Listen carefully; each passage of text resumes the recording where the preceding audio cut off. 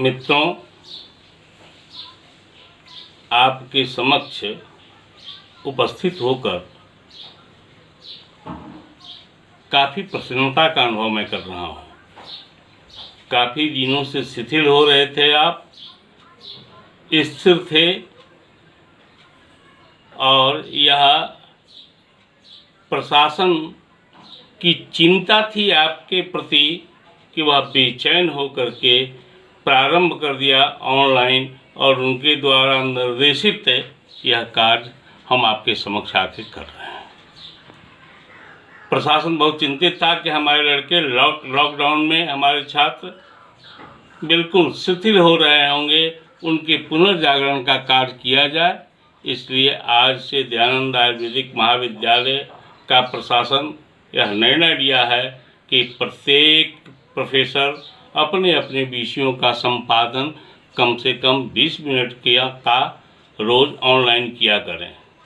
मैं उसी परिप्रेक्ष्य में आपके समक्ष हूँ और मुझे भार दिया गया है चरक संहिता द्वितीय भाग का, जिसका आख्यान मैं आपके समक्ष रख रहा हूँ। आप को मैं मित्र कहा आश्चर्य हो रहा होगा। मैं संबोधन यह प्राय आपके साथ करता हूँ, लेकिन उसका तात्पर्य यह है कि सिद्धांतः प्राप्ति तु खोडसे वर्षे पुत्र मित्र समाचरित। 16 वर्ष की अवस्था प्राप्ति यदि अपना पुत्र भी कर जाए तो उसे मित्रवत मानना चाहिए। पुत्र और शिष्य में कोई अंतर नहीं होता है, इसलिए मैंने आपको संबोधित मित्र कह करके किया। आप थर्ड सेमेस्टर के छात्र हैं और थर्ड सेमेस्टर के छात्रों को सुबोध छात्र माना जाता है। इसलिए माना जाता है कि इस संहिता का आधा भाग फर्स्ट पार्ट आप पढ़ करके आए हैं। फिर भी मैं एक संबोधन में आपके समक्ष इस संहिता का एक परिचय रख रहा हूँ। यह संहिता महर्षि आत्रेय द्वारा उपदिष्ट अग्निवेश प्रणीत एवं आचार्य ततक तथा वैद्य दृढ़बल द्वारा प्रतिसंस्कारित यह चरक संहिता आयुर्वेद का सर्वमान्य संहिता ग्रंथ है। वस्तुतः इस ग्रंथ की रचना ईस्वी सन से पूर्व 8वीं शताब्दी या उसके पहले मानी गई है। उस जमाने के ज्ञान विज्ञान के क्षेत्र में कार्य कर रहे आयुर्वेद के महर्षियों और मुनियों द्वारा समय समय पर बृहद भारत के विभिन्न क्षेत्रों से और हिमालय के पार्श्व में संपन्न संभाषा परिषद अर्थात वैज्ञानिक संगोष्ठी द्वारा निर्णित सिद्धांतों एवं प्रत्यक्ष कर्माभ्यास द्वारा प्रदत्त ज्ञान का यह एक महान संग्रह है। यह संहिता का द्वितीय भाग है, जिसे चिकित्सा स्थान से जाना जाता है। यह चिकित्सा स्थान वर्तमान 30 अध्यायों में से 13 अध्याय के बाद 17 अध्याय तथा संपूर्ण कल्प स्थान एवं सिद्धि स्थान कश्मीर निवासी आचार्य दृढ़बल द्वारा इस संहिता में जोड़ा गया है। यह कार्य अत्यंत महत्वपूर्ण था, जिससे संहिता की संपूर्णता प्राप्त हुई। ऐसा लगता है कि उस काल में भारत के विभिन्न क्षेत्रों में स्वास्थ्य व्रत और चिकित्सा संबंधित कार्य पर वैज्ञानिक दृष्टि से विचार करने वाले लोगों की बड़ी संख्या थी और विशेष आह्वान पर समय समय पर सामूहिक रूप से एकत्रित होकर सामूहिक रूप से विभिन्न विषयों पर विचार कर अंतिम निर्णय पर पहुंचते थे और अलग अलग विषयों के ज्ञाताओं की अलग अलग गोष्ठियां हुआ करती थी। महर्षि आत्रेय के अध्यक्षता में संपन्न गोष्ठियां मुख्य रूप से स्वास्थ्यवृत्त, रोग निदान, काय चिकित्सा, एक औषधीय एवं निर्मित औषधियों के विषयों से संबंधित होती थी। अस्तु चरक संहिता आयुर्वेद का एक प्राचीन सर्वमान्य ग्रंथ है। ये विषय की ओर बढ़ें। आपकी गणना थर्ड सेमेस्टर में विद्वान छात्रों के रूप में होती है, इसलिए कि आप इस संहिता ग्रंथ के प्रथम भाग जो सैद्धांतिक पक्ष कहे जाते हैं, आप अध्ययन करके इस सेमेस्टर का आते हैं। वहाँ आपने सूत्रस्थान का प्रथम अध्याय तो पढ़ा ही है,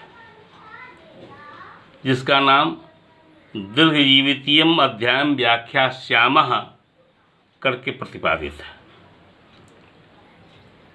यही इस ग्रंथ का मूल आधार है और इसमें चिकित्सा का मूल भी छिपा हुआ है।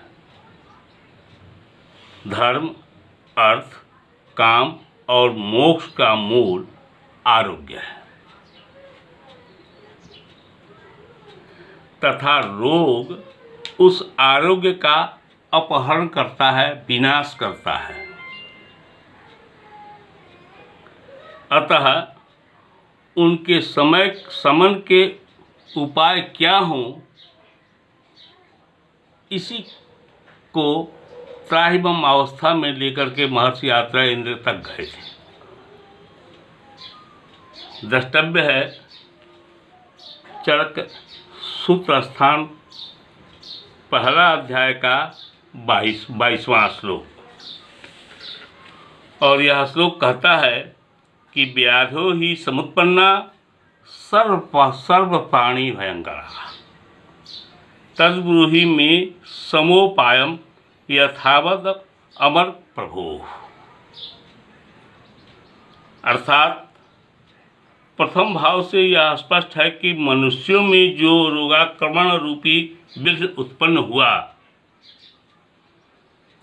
उसके उपाय अर्थात उसके शमनार्थ उपायों की चर्चा के लिए ही आत्रेय गए थे और वहाँ से इस ग्रंथ की यात्रा प्रारंभ होती है, जिसको मैंने पहले आपको बताया है। इस तरह से आचार्य ने सबसे पहले स्वास्थ्य रक्षण के आधार पर रसायनपाद और बारीकरण औषधियों की चर्चा की। सबसे पहले रसायन की चर्चा करते हुए या औषधि की चर्चा करते हुए उन्होंने कहा, भेषजम द्विविधम च तत्, अर्थात औषधियाँ दो प्रकार की होती हैं। स्वस्थस्य औजस कर्म किंचित किंचित आर्तस्य रोगनूत। कुछ औषधियाँ ऐसी हैं जो स्वस्थ व्यक्तियों में स्वास्थ्य की रक्षा के लिए प्रयोग की जाती हैं, और दूसरे प्रकार की वो औषधियाँ हैं जिन्हें रोग मुक्त करने के लिए प्रयोग किया जाता है। आर्तस्य रोगनूत शब्द का प्रयोग रसायनपाद के पहले अध्याय के 3 श्लोक में ऐसा कहा गया है।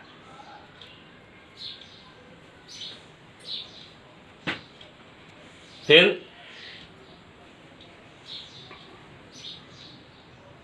जहाँ गरीब होते हैं वहाँ अमीर भी होते हैं, और जहाँ अमीर की चर्चा होती है वहाँ गरीब की चर्चा स्वतः हो जाती है। तो यहाँ भेषज दो प्रकार के कहे गए हैं, वहाँ अभेषज स्वतः स्थान धारण कर लेता है। तो आचार्य ने कहा कि अभेषज भी औषधियाँ दो प्रकार की होती हैं। भेषज का अर्थ तो आप सीधे सीधे समझ गए कि एक स्वास्थ्यवर्धक औषधि, दूसरा रोग को अपहरण करने वाली औषधियाँ। लेकिन यहाँ एक बात ध्यान रखना होगा, फिर मैं आपको अभेषज की चर्चा करके बताता हूँ। यहाँ स्वास्थ्य संरक्षक औषधियों की चर्चा कर दी गई और दूसरे रोगनूत की चर्चा की गई दूसरे औषधि के रूप में। इसका अर्थ यह नहीं है कि स्वास्थ्य से औजस्कर औषधियाँ रोगनूत नहीं होती। जिन अवस्थाओं में हमारे रोगी व्याधि से ग्रस्त होकर के धातु क्षयित हो जाते हैं, अबल हो जाते हैं, जिनका बोझ क्षय हो जाता है, ऐसी अवस्था में चिकित्सक स्वास्थ्य से स्वास्थ्य रक्षण में दी गई इन रसायन औषधियों का उपयोग करता है।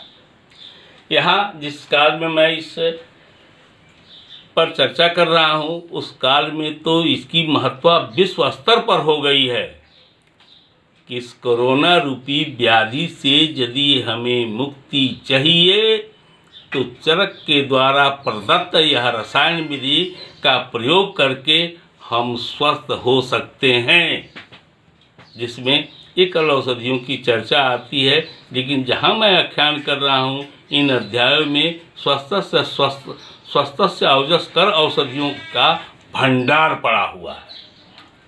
इसलिए दो औषधियों की जो चर्चा हुई कि स्वस्थ से औजस्कर औषध और आतुरस्य व्याधि परिमोक्ष के लिए रोगनूत औषधियों का प्रयोग, ये दो प्रकार की औषधियाँ हैं। फिर इस पर आगे चर्चा करेंगे। यहाँ भेषज और अभेषज दो प्रकार की बातें आ गई हैं, तो महर्षि चरक ने अभेषज की भी चर्चा करते हुए दो प्रकार के औषधियों की बात बताई, दो प्रकार का नाम बताया। बाधनम सानुबाधनम च, ये औषधियाँ दो प्रकार की होती हैं। पहला का नाम बाधन है, दूसरे का नाम सानुबाधन है।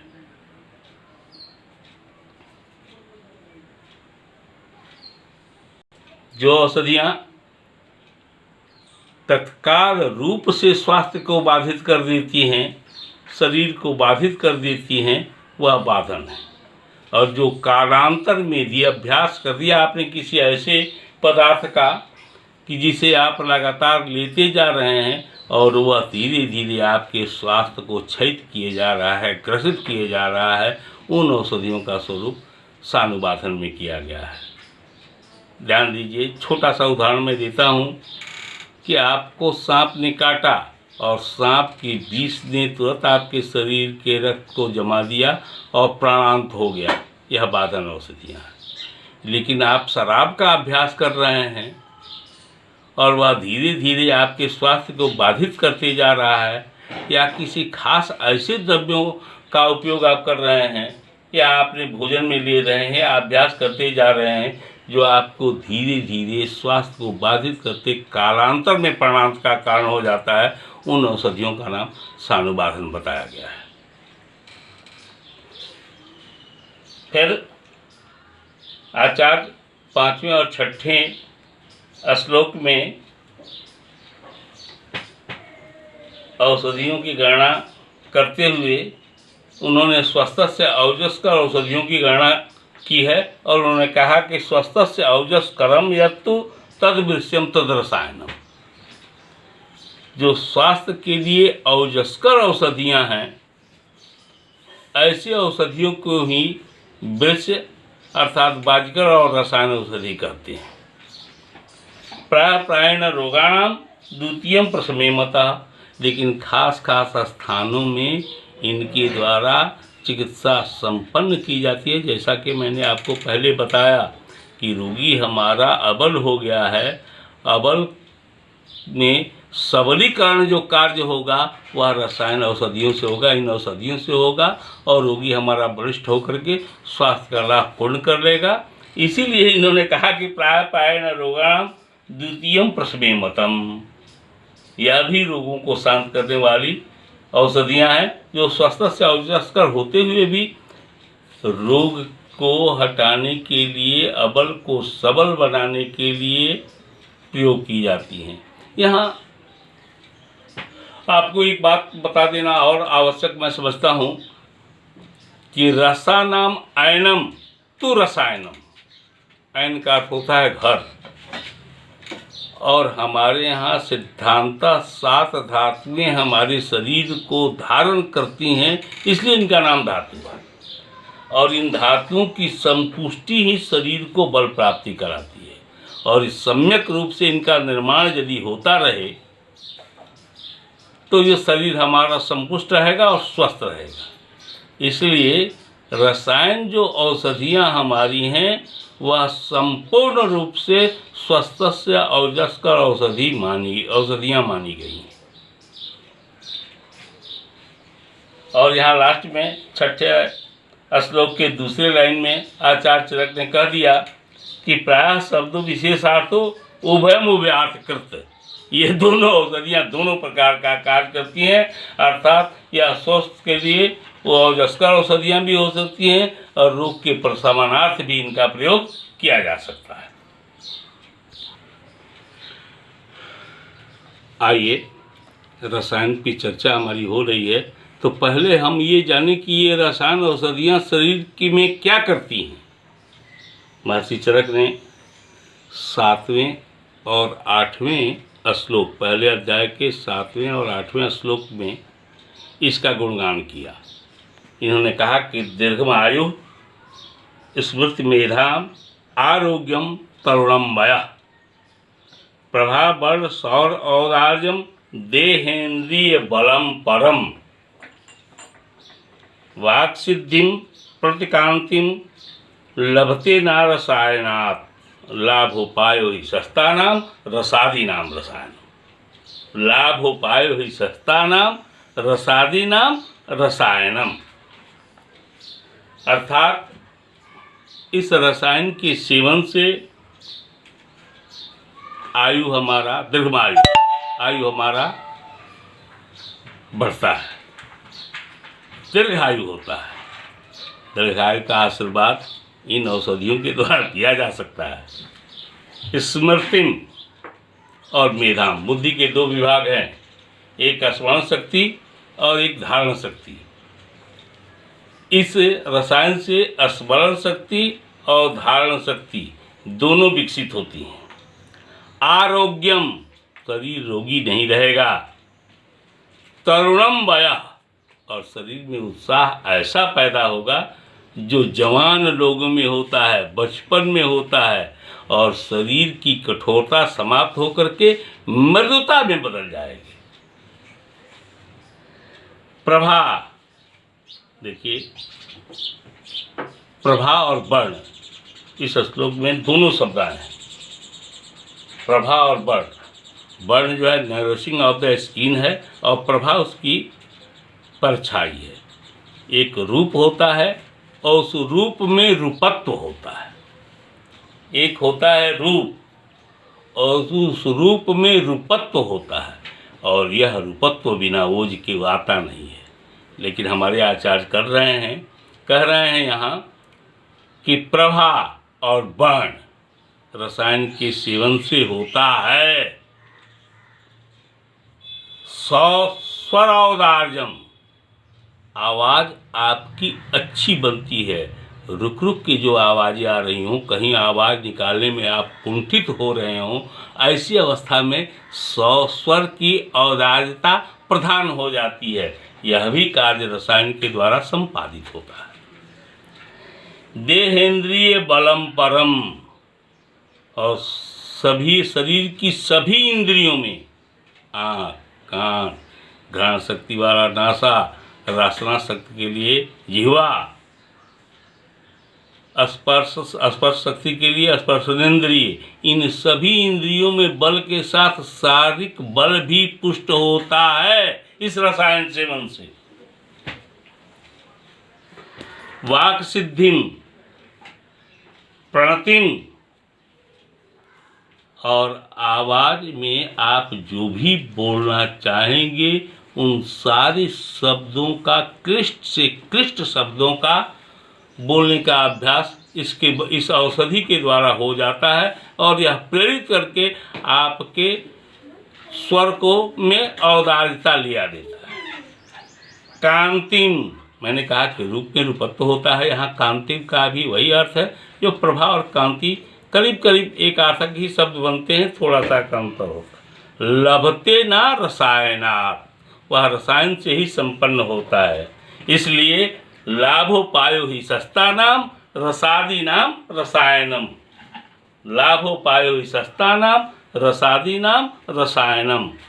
फिर व्याख्या हम दूसरे भाग में करेंगे। आज के लिए यही सीमा रहेगी, इस पर आगे चर्चा अगले भाग में हम करेंगे। यह सबसे पहले मैं माननीय प्राचार्य को इस आख्यान को समर्पित करते हुए धन्यवाद ज्ञापित करता हूँ कि आपके उदारता ही इन बच्चों के लिए चिंतित होकर के इस आदेश को निर्गत आपसे करवाया।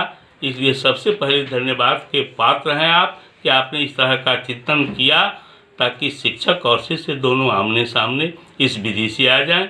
मैं पुनः धन्यवाद ज्ञापित करते हुए अपने आख्यान को विराम देता हूं।